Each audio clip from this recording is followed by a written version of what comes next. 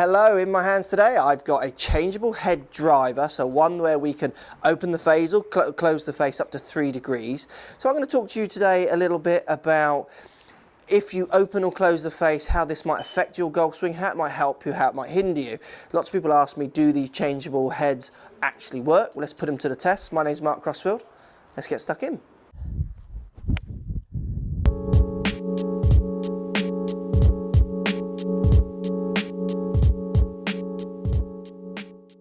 So, changeable head driver technology. I've got a driver here that allows me to close the face up to 3 degrees and open the face up to 3 degrees. So in theory, to help you hit straighter shots, it's doing the work for you. So we're going to talk about if that is good or bad for your game and what it might do for your game over a kind of longer term, if you like. So look, I'm going to hit one to start in the neutral setting. The big question I get asked is, does this actually work? Does it make a difference? So look, let me show you. I'm going to hit one in the neutral setting.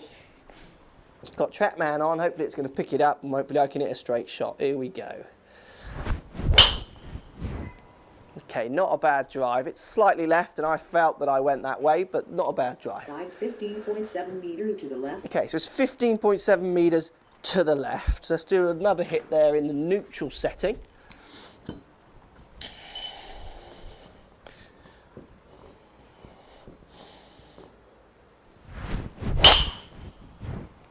It's a nice hit. It's got a little bit of turn, but that's going to hit most fairways.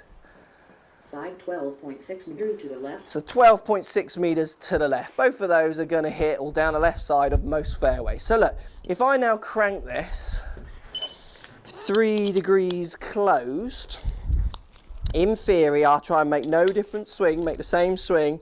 This ball is going to go further left. So when people ask, does this technology work? Here we go, let's put it to the test. I mean, let's just move this to the close position. So I've moved this to maximum closed. It moves it up to 3 degrees, pointing more to the left now.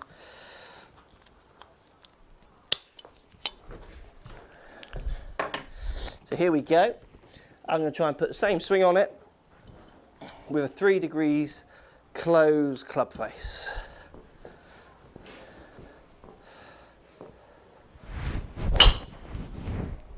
Okay, that's gone left. Didn't get it. Let's try one more. Fortunately, TrackMan didn't pick that one up. So again, this has got the 3 degrees closed face. Woohoo! That's going left. Side 40.6 meters. 40.6 meters. That really turned. So obviously, I was hitting a bit of draw in the first place. That's just added a lot more. Let's just try one more. I'm going to try and not counteract the fact that I can see this face because I'm just going to put my normal swing on it. God, I towed that a little bit and it's held its line a bit better. It hasn't gone as far left. 19.0 meters to the left. So 19.0, so 19 meters less, so a little bit further left. So does the opening and closing the face work? Well, yes it does. I mean, I hit 140 meters left there, so it does make it easier to feel like you're going to hit the ball more left or more right if you move the face. But the other question, which I would ask, let's say, now I know this face is closed, 3 degrees. So if I want to hit target, and bear in mind the overriding instinct for most golfers is to try and just get the ball to target. If I know this face is closed by 3 degrees, I can still hit target. All I do is change my club path, which in turn changes my face. 16.6 meters to the left. And that's now only 16.6 meters to the left, which is similar to my first shot. So I'm starting to override the closed face because I'm aware it's closed and because I have this overriding desire to hit target. So I've started that much further right. The face is closing to my path. 5.8 meters to the right. It's just 5.8 meters to the right. So you can see what I'm doing there. I'm actually overriding the closed face to try and get my ball to target. Now I'm doing that very quickly because I'm experienced. I can feel what angles I'm coming in, what I've got to do if I've got to face the close to try and hit target. But for lots of golfers, that's going to take 6 months. 2 months, 2 weeks. So the honeymoon period of changing it to closed might last for a period of time, but after that time, your overriding desire to hit target using your default settings of, let's say, an open face. If you hit the ball with an open face, your default setting, that's how you want to hit the ball.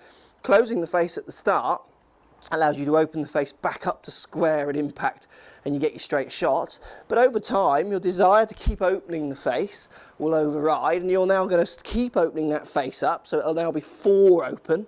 So then you need to close the face 4 degrees at the start to open it 4 into impact to hit target. Do you see where I'm going? So where do you end up in 20 years' time? If you've got a club that now sits 20 closed and you're coming in to hit the ball and opening the face up by 20 degrees. I mean, if you're doing that, your technique and the way people teach golf is going to have to completely change. Because the other thing to bear in mind here, I'm aware when I'm hitting a shot that I need to be hitting a shot with a face that's rotating into the ball. I am aware it's moving with my body.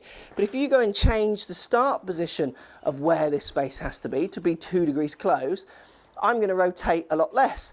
Arguably, I'm going to teach myself to anti-rotate, to hold the club open because I know it's closed.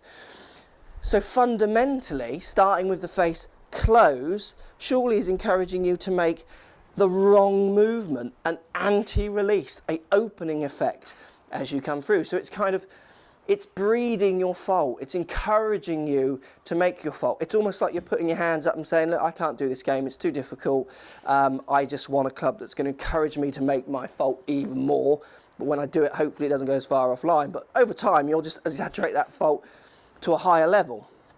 So is changeable technology, does it work? Well, yes, it worked. You saw my shots were changing when I changed the plate on the bottom. I got 140 left, which I would never really do when I had the closed face.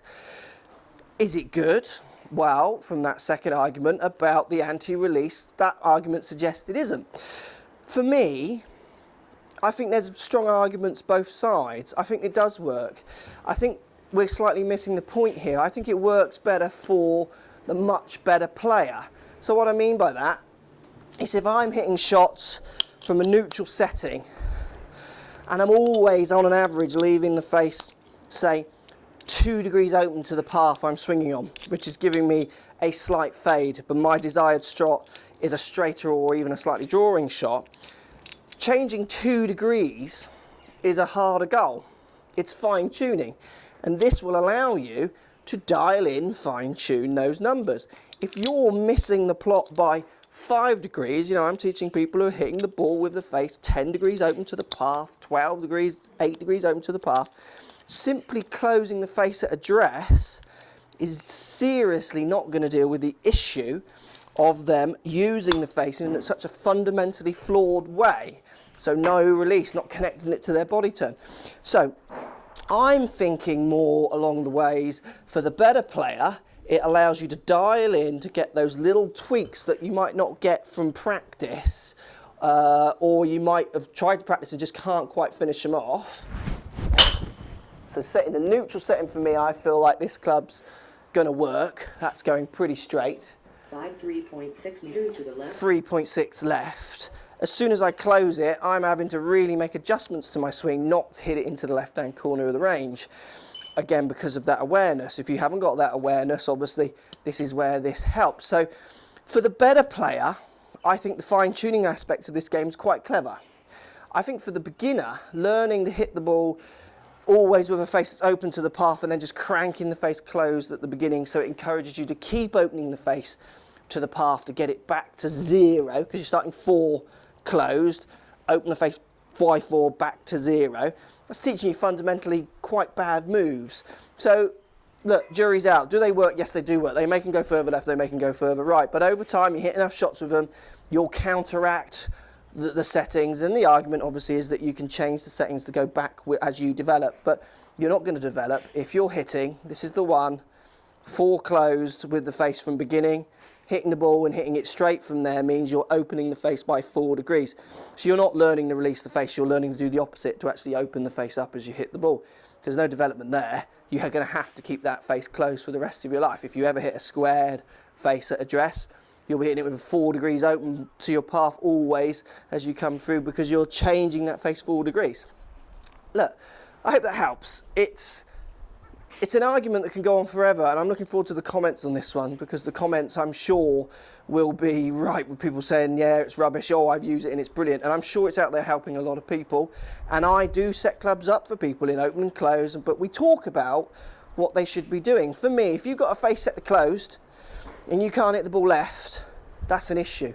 If you've got the face closed and hitting it straight, it's good results, but it's an issue. You're doing something wrong. If you've got the face set to close, you need to work on trying to hit the ball into the left. Once you're hitting it left, you can then move it back to that neutral and think about hitting that target.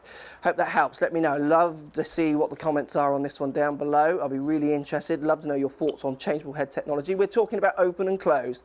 We're not talking about different lofts. That's a different video. Hope this helps. Let me know. Speak to you soon.